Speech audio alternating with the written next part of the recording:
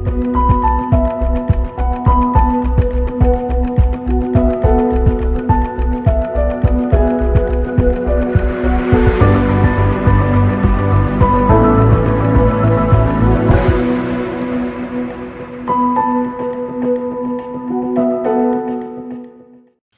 background, as we know that compared to primary PCI, pharmacoinvasive strategy has an equivalent clinical outcome as shown in STEAM trial and in India in STEP AMI trial by Victor et al.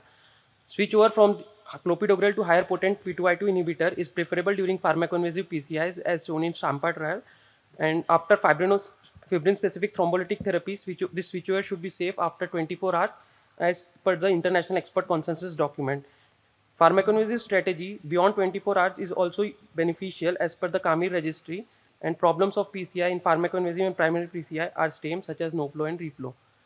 So both Ticagrelor and Prasugrel are class 1 recommendation for treatment of STEMI undergoing PCI. However, clinical efficacy in various trials has been conflicting due to differential effect on microcirculation as we proposed.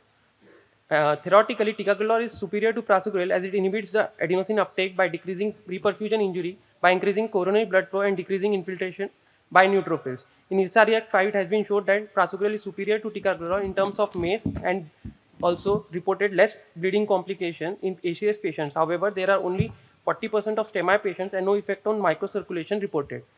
In the period of COVID-19 pandemic, pharmacoinvasive PCI was a strategy in our center based on the protocol as per the CSI document on acute AMI during COVID-19. No study till date has compared the effect of Prasugrel or Ticagrelor on coronary microcirculation in patients undergoing pharmacoinvasive PCI. So we aim to perform this study with a primary aim to compare the effect of Prasugrel and Ticagrelor on coronary microcirculation in patients undergoing pharmacoinvasive PCI as assessed by myocardial blush grade. The secondary aims are to compare the effect on coronary microcirculation in patients of STEMI as assessed by corrected TIMI frame count, to compare the change in ejection fraction between the two groups, and to compare MACE and bleeding events in hospital and at 6-month follow-up. So this is an open label randomized controlled study done from March 2020 to February 2022. This is how I calculated the sample size based on the study by Filho et al. Where Prasugrel achieved approximately 85% of myocardial burst grade 3 and Ticagrelor achieved 67%. So accordingly, 226 patients would be sufficient to achieve 90% of power with two-sided alpha level of 0.05 with equal recruitment in both the groups. Hence, a total of 240 patients were planned to enroll with 5% attrition rate. So this is my inclusion criteria. I included all patients of STEMI more than 18 years of age who underwent successful thrombolysis defined by relief of chest pain and ST resolution more than 50%. And these are my exclusion criteria, namely contraindication to use of either drug and 100% occluded vessel in a coronary angiogram. So STEMI patient after successful thrombolysis, after 24 hours be evaluated for the enrollment, and 1:1 randomization was done, and those who are amenable to PCI, 120 patients in each group were taken, and myocardial blush grade and corrected TIMI frame count was assessed by the two blinded observers blinded to the treatment, and then follow-up was done at 1 and 6 months. Statistical analysis was done using the SPSS 25 software, and standard method of statistical analysis was done. P-value less than 0.05 was considered significant. So this is my results. Mean age of the population was 50 in both the groups, with majority of the population are male.